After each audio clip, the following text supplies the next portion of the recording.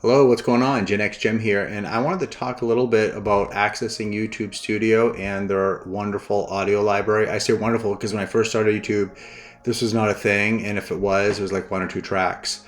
It looks pretty easy as far as downloading it and navigating it, but there's some things that you might not be aware of. So why don't we do this? Go to YouTube Studio.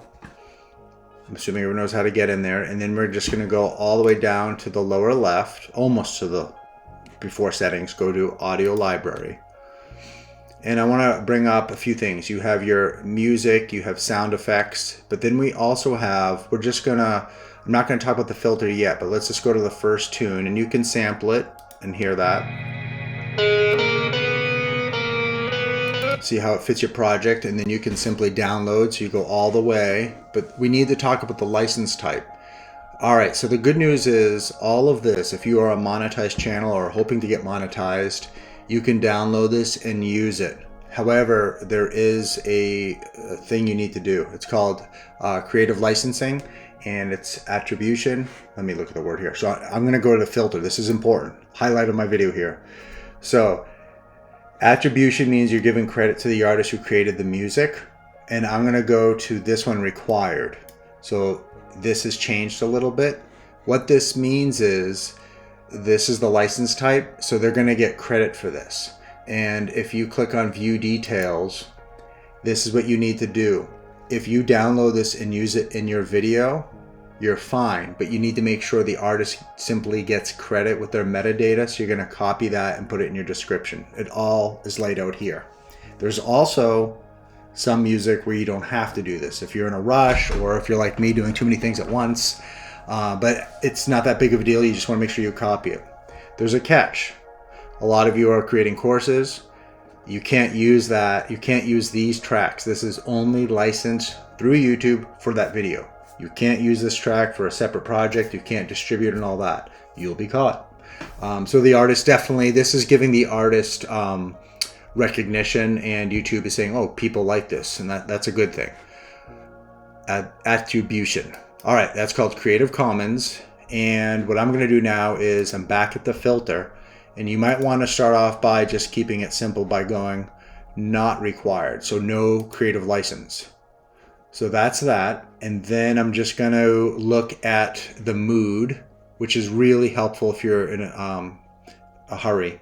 All right, so angry could be almost anything. I'm going to go to funky, and I'm going to click on connective tissue. See if I like it.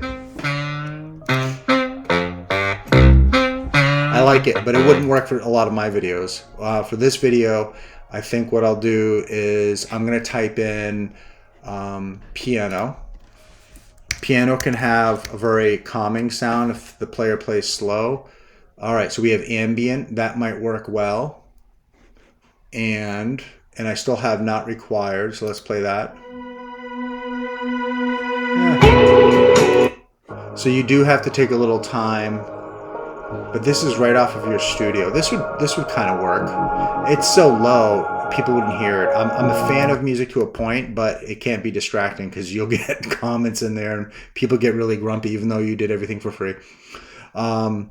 So I'm just going to download this one. I'm going to check the license type. It just says YouTube audio license. You can use this audio track in any of your videos, including videos that you monetize. So I'm going to click download, and then I'm going to put that in this track. And I only kind of half listened, so I'm not going to get too carried away. Oh, really important here is sound effects. All right, the sound effects library is awesome. I put contains a click because sometimes you want to have a click sound if we have a special title, or you really want to get the viewer to lock in for something, whether it's subscribe. So you can just listen to that. They're pretty soft, and you can make your own folder so you'll have this. And if you try to get semi-organized, you won't have to worry. You won't have to worry about downloading this. All right, so sound effects. We have categories. So right here, we want to look at things. I'm not going to be using weapons. Tools might be good. A lot of weapons. All right, alarm, science fiction, household. So, and they're updating this, which is great. The updating is on top of the list. Human voices. Oh, that is awesome. That can be really used. Some basic human voices can do a really good job with adding humor to your videos. Bacon, peel, and flop. So this is a household sound. All right, so I'm going to download that because that's just a little interesting. I don't know how that's going to engage our viewers or me. Bare feet walk, good. And I tried the search bar, like a pop sound that we used to hear on YouTube all the time. That did not come up. But we do have, you could type in, this is a good one, and type in laugh. We have a very small amount, just a male laugh, so you can hear that. Yeah. All right. All right, so there's 33 seconds, so you can cut what you want out of it. Yeah.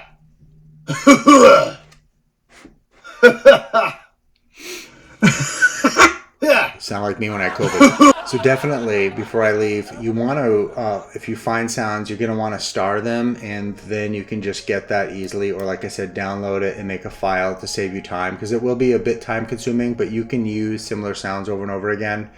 And you're going to just need to search through it. I will definitely report back because I'm going to start using this more.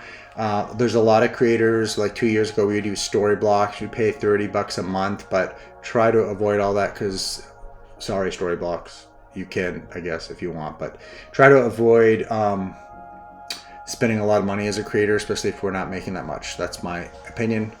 But for now.